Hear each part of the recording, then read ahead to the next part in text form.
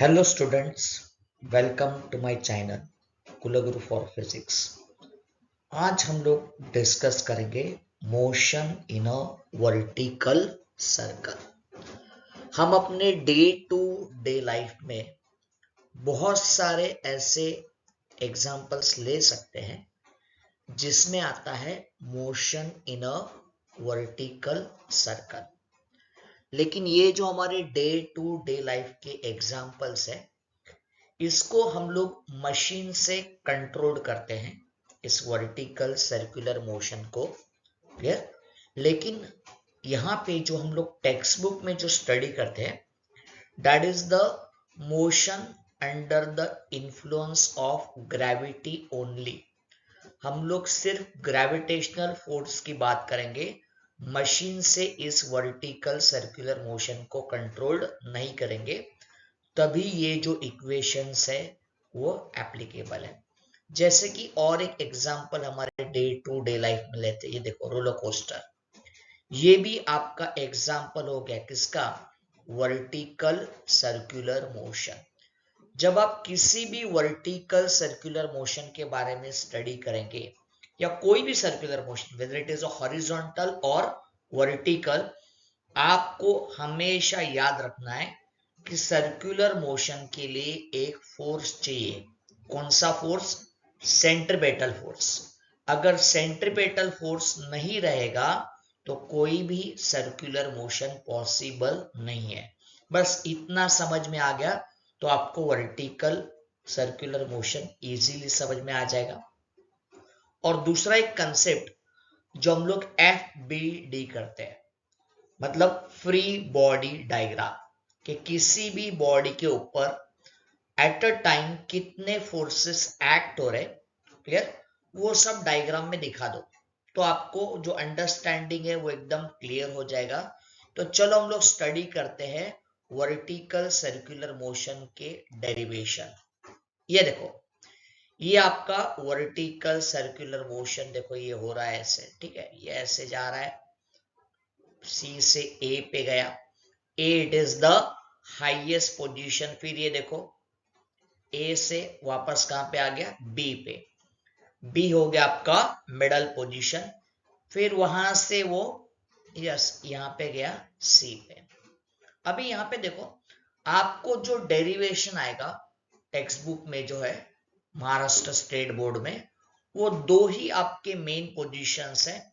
एक position A, it is the highest position, और दूसरा जो है ये position C, it is the lowest position. ठीक है, अभी हम लोग इमेजिन करते हैं कि हम लोग यस यहां से सेंटर में से, ये देखो ये सेंटर है, यहां से एक थ्रेड को एक हमने स्पीयर बांध दिया यहाँ पे बॉटम, और अभी हम लोग इसको ऐसे घुमा रहे हैं। ओके, तो इस टेंशन, यस इस थ्रेड के अंदर क्या रहेगा? टेंशन, सब पोजीशन पे टेंशन रहेगा। अभी हम लोग ऐसे इमेजिन कर रहे हैं कि just the body is able to reach at the top, मतलब ये जो टेंशन है T1, यहाँ पे टेंशन इस थ्रेड में, वो क्या हो गया? जीरो। ओके, ये हमारा यहाँ पे अजम्पशन है कि ये जो टेंशन है T1, ये क्या हो गया? जीरो। तो ये देखो डाउनवर्ड कौन एक्ट कर रहा है? mg, और सेंट्रीपेटल फोर्स किधर रहेगा? Towards the centre. तो mg ही प्रोवाइड कर रहा है सेंट्रीपेटल फोर्स। तो यहां पे हमने लिख दिया mv स्क्वायर अपॉन r, क्या हो गया ये? Centripetal force is equal to mg। m और m निकाल दो, तो v square is equal to v at the highest position का square is equal to rg। So VH is equal to square root of RG। ठीक है, यहां पे आपका एक डेरिवेशन हो गया, कौन सा? Velocity at the highest position. लेकिन ये मिनिमम वेलोसिटी है, आप इससे ज्यादा वेलोसिटी भी ले सकते हो। यहां पे हमारा जो अजम्पशन है वो ये है, the body is just able to reach at the top, just ये पहुंच गया, तभी ये जो टेंशन है T1 वो कितना हो गया? जीरो। अभी आप हमेशा की तरह law of conservation of energy, अब जब बॉडी टॉप पे है, यहां पे ए पे, तो उसके पास काइनेटिक एनर्जी कितना, ये देखो यहाँ पे half m v h square, plus उसके पास कौन सा एनर्जी है, पोटेंशियल एनर्जी कितना, 2 mgr। 2 mgr क्यों लिखा है, पोटेंशियल एनर्जी का फॉर्मूला क्या होता है, mgh। फिर आप बोलेंगे भाई 2r क्यों आ गया, ये देखो C जो है ये आपका लोएस्ट पोजीशन है, C से सेंटर का डिस्टेंस कितना हो गया r, फिर सेंटर से टॉप का डिस्टेंस कितना हो गया r, तो C से पूरा A का जो हाइट है वो कितना हो गया 2r, तो आपका पोटेंशियल एनर्जी कितना आ गया 2 mgr। बॉटम में हम लोग कंसीडर करेंगे कि पोटेंशियल एनर्जी क्या है, 0, it is the reference point, clear. तो यहां पे सिर्फ आपके पास कौन सा एनर्जी है, kinetic energy, half m v l का स्क्वायर, क्लियर। लेकिन वी एच, यहां पे देखो वी एच कितना आ गया था, square root of r g, तो वी एच का स्क्वायर, तो खाली आपका आर जी आएगा, इसको यहां पे हम लोग सब्स्टिट्यूशन देंगे, वी एच का स्क्वायर, तो आ गया half m r g plus ये वाला आगे वाला 2 mgr is equal to half m v l square. क्या कंसेप्ट यूज किया, दो ही बेसिक कंसेप्ट है। फर्स्ट क्या है, सर्कुलर मोशन में हमेशा क्या चाहिए, सेंट्रीपेटल फोर्स, और दूसरा क्या है, law of conservation of energy. बस आपका डेरिवेशन हो गया। तो आगे चलते हैं, ये देखो क्या हो गया, तो 5/2 mgr is equal to half m v l square, clear. तो एम एम वापस आपका क्या हो गया, कैंसल, तो v l is equal to square root of 5rg, तो ये आ गया आपका minimum velocity at the lowest point.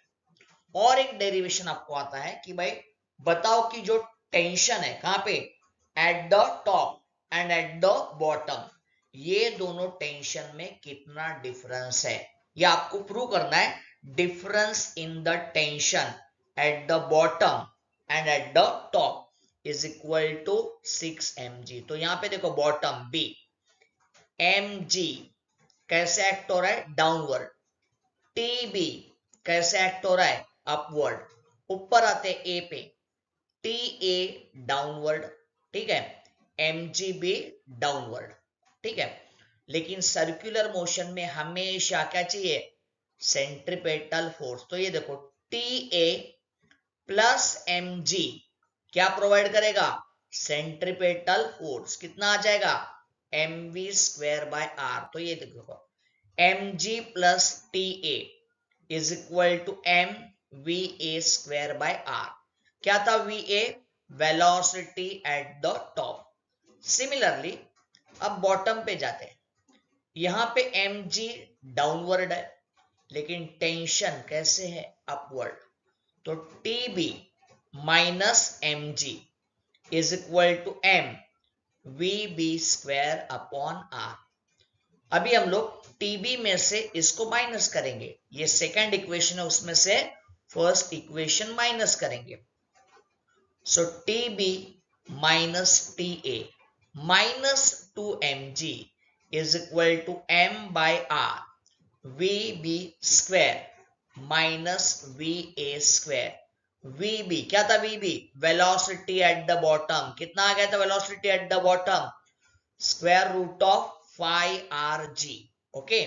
और VA velocity at the top कितना आ गया था, square root of rg, square करेंगे तो स्क्वायर रूट चला गया, तो 5rg माइनस rg, तो कितना आ गया 4rg, तो VB square minus VA square कितना आएगा 4rg, तो 4rg, तो r और ये नीचे का r चला गया, ओके।